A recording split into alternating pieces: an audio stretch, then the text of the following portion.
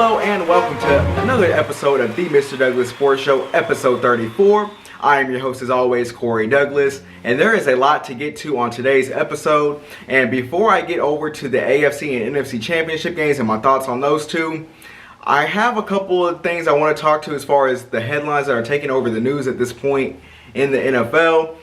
With the down week this week, of course, there's no game this Sunday. The Super Bowl is next Sunday, February 7th.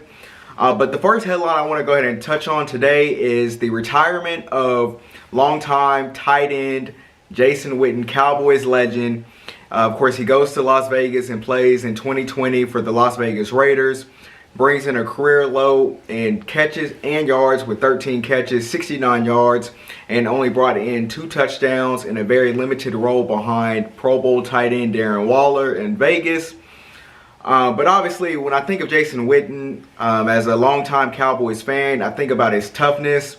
I think about a guy that in his prime, you could always count on the Y option play on third down. He was always open. The romance that he had with Tony Romo, of course, was, incredible.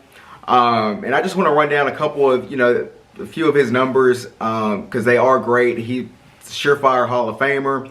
He probably stuck around too long in Dallas, and then obviously he retired once before, went to the ESPN booth. Things didn't go well there, so then he made the return, and that's when he went to Vegas. But Jason Witten was an 11-time Pro Bowler. He has the most career starts, most career catches, and most yards receiving in Cowboys history. He has the second most catches among tight ends in NFL history behind Tony Gonzalez with 1,228. He is also second in receiving yards among tight ends with 13,046 yards. And then he has the most games played ever in NFL history among tight ends with 271. And he is second in the NFL in career games played as far as pass catchers behind Jerry Rice. Jerry Rice played 303. So obviously just an all-time great career for Jason Witten. I think he will probably find himself in coaching in some capacity. That's obviously been a long-time dream from him, aside from playing. So yeah, salute to Jason Witten. Like I said, he stayed around in Dallas too long, but overall great career. He did a lot of great things. Could never quite get over the hump to, of course, get that Super Bowl. But I think that's more on the Cowboys organization, more so than Jason Witten himself as a player. The second headline I want to go ahead and touch on is the Deshaun Watson. He wants out of Houston. That news has come out officially in the last couple of days. Obviously, we've known for weeks that Deshaun Watson was not happy in Houston, and it goes all the way back to a couple years ago with the Bill O'Brien stuff, and then last year you traded away his best and favorite target, DeAndre Hopkins, and then this year, he wants input in the hiring of the coaching staff. Houston Texans completely ignore that part and go about their own process that they wanted to go about. So obviously he wasn't happy. So I don't have a problem with Deshaun Watson wanting out of Houston in general, even though he did just sign a contract this past September. What I am kind of confused as far as the 2 destinations that he wants, especially his number 1 option, which is the New York Jets. The point of wanting out of a bad organization to me would be to get to a better situation. And I know he cited that Robert Saleh is a guy that he has a lot of respect for. He's a new head coach in New York. But the organization as a whole has not proven that they can put a team together around a quarterback to make them successful. So I have a problem with that aspect, or I'm confused as far as that aspect of Deshaun Watson wanting to go to New York. No problem with him wanting out, but I think the idea is to get out of a bad situation and not go to another bad situation, which is what he would be doing going from Houston to New York. Number 2 on his list is apparently the Miami Dolphins. I do like that one. Of course, they have a outstanding head coach in Brian Flores there. He's really turned that Miami program around in a hurry. So I see that fit being more productive than going to the Jets and playing, in New York in that train wreck. But I do have a couple of destinations that I would like to see him go to, just from a sports fan or an NFL fan in general. Aside from Miami, which I think is a great location for him, San Francisco would be number 1 on my list. Of course, you have the all-pro tight end, George Kittle. You have some young receivers there with Deebo Samuel and Brandon Ayuk. There is some health concerns there, of course, but when you have a mastermind, an offensive mastermind like Kyle Shanahan, you can do some things in that situation. And of course, they were just a year removed from the Super Bowl, and they probably should have won that Super Bowl. So that's the number 1 destination for Deshaun Watson if I'm him, where I'm trying to go. Number 2 is Chicago. Of course, they have all sorts of quarterback issues on their own. What will they do with Mitchell Trubisky, who finished the season strong but didn't have a strong playoff performance? They have some questions with Allen Robinson. He doesn't want to be there anymore. He'll probably be gone, so the Bears will have to shore up the weapons there. But, of course, you have that Bears defense, and if you have that defense, you don't have to do much. And I think Deshaun Watson showed this season, as far as a number standpoint, that he can make, some no-names become names. And then the third and final destination that I would be going to if I was Deshaun Watson would have to be the New England Patriots. If I have a chance to get over to Bill Belichick and Josh McDaniels as offensive coordinator, I'm getting there. And I think a lot of things are... So when I think of New England, I think of a situation where I think it's a lot overblown as far as the criticism that Bill Belichick is getting. I mean, when you talk about having 7 or 8 defensive starters opt out due to COVID and then not being able to address the offensive weapons properly, I think there's a lot of overreaction as far as Bill Belichick goes. So if I'm Deshaun Watson, I'm not turned away from that. And it's an historically great franchise. Of course, you have Tom Brady leaving there. So yeah, I think San Francisco, Chicago, New England should be his preferred destinations. And I would say the Colts, but the Colts are in the Texans division, so I don't see that as a possibility. And Deshaun Watson is just one of the quarterbacks that's going to be on the move. I think this is probably going to be the most active offseason as far as quarterback goes in free agency and the trade market. And I'm really excited to touch on a lot of these things, but I'm going to wait until after the Super Bowl to really dive into some of this, because I am really intrigued by a lot.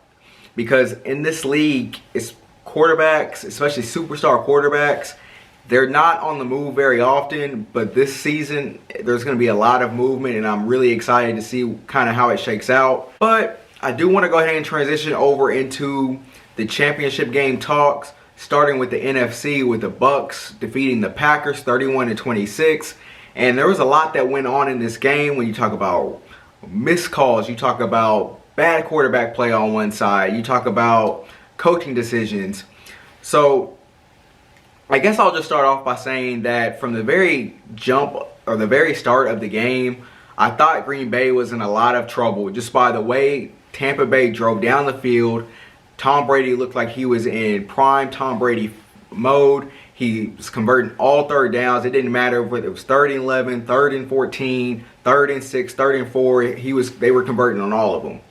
And at that point, I'm thinking, okay, well, Rodgers is really going to have to play in this game in order to keep up with this Bucs offense. And Aaron Rodgers has a history, which I have a couple of stats that I'll get to in a second, that show that he is not that quarterback when it comes to the playoffs and falling behind in these games. But then Green Bay kind of caught their footing. They had a 14-10 game until late in the second quarter, and there's 8 seconds left on the clock. And this is the turning point of the game to me, along with the first play of the second half, and that is the Scotty Miller touchdown. Kevin King, I don't understand what he was doing in that situation. There's 8 seconds left on the clock. Tampa Bay has no touchdowns remaining, and the only logical thing at this point that Tampa Bay can do is really try a Hail Mary. And so they put Scotty Miller out to the left, and they just sent him on a go route. And Kevin King, it looked like he got a little bit greedy, and it didn't look like he had a whole lot of respect for Scotty Miller. I don't know if there was a scouting report issue there, but he let Scotty Miller get off the line and run right by him. Tom Brady connects with him, touchdown, and the Bucs go into halftime up 21-10. And then you come out in the second half, Aaron Rodgers throws a flat pass out to Aaron Jones. Aaron Jones fumbles, Tampa Bay recovers. First play of the possession for Tampa Bay, they go into the end zone with Cameron Brate. And all of a sudden, Packers find themselves down 28-10 instead of potentially looking to have a possession to go up 17-14. And to me, that's the deciding factor of the game, even though Green Bay got themselves into the game. So let's go ahead and transition into that. There is a point in this game where Tampa Bay and Tom Brady turned the ball over on 3 straight possessions. And Green Bay was only able to come away with 6 points out of those 3 chances.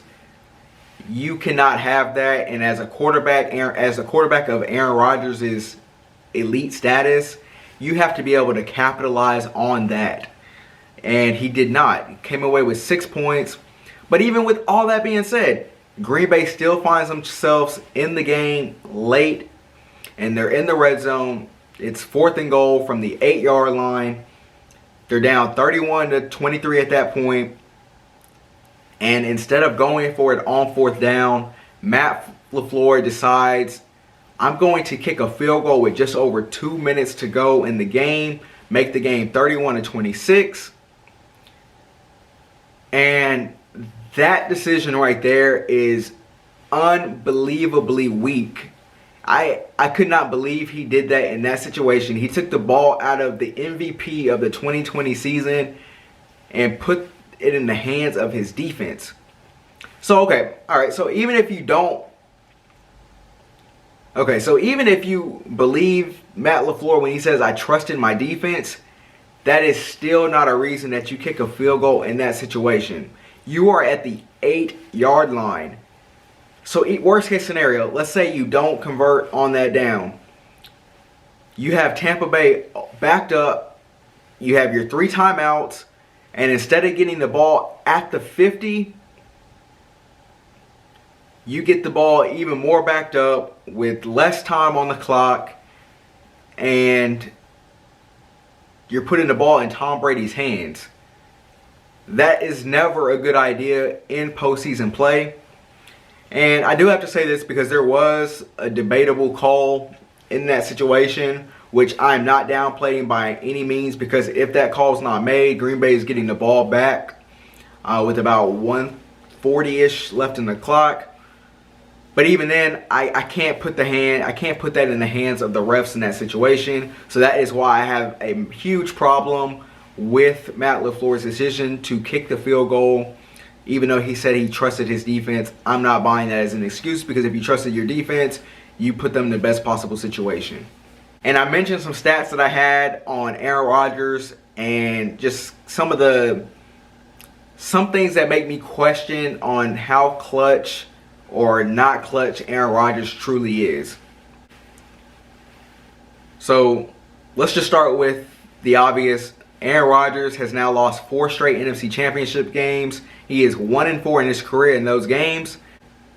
Aaron Rodgers is 0-42 in his career when trailing by more than a point in the 4th quarter against winning teams. I'm going to repeat that for you.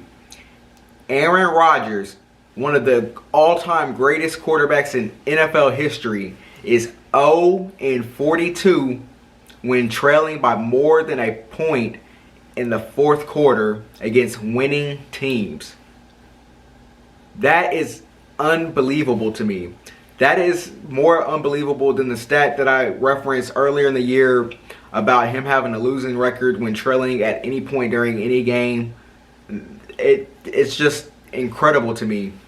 And then the last stat I had that was kind of remarkable to me is Aaron Rodgers is now 1-8 when trailing at halftime in postseason games. And that, of course, that one win happened to be against the Dallas Cowboys.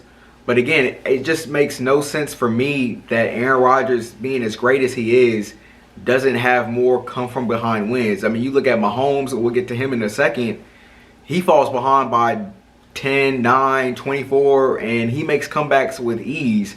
So it's kind of mind-boggling to me, but those are the stats, and there's a lot of questions about Aaron Rodgers and how much he can get it done. And I think that's another situation that you can monitor during this offseason period on, does he really want out of Green Bay? Does Green Bay really want him? But like I said, we'll get to all of that once the Super Bowl is over and we can really dive into some of this offseason talk.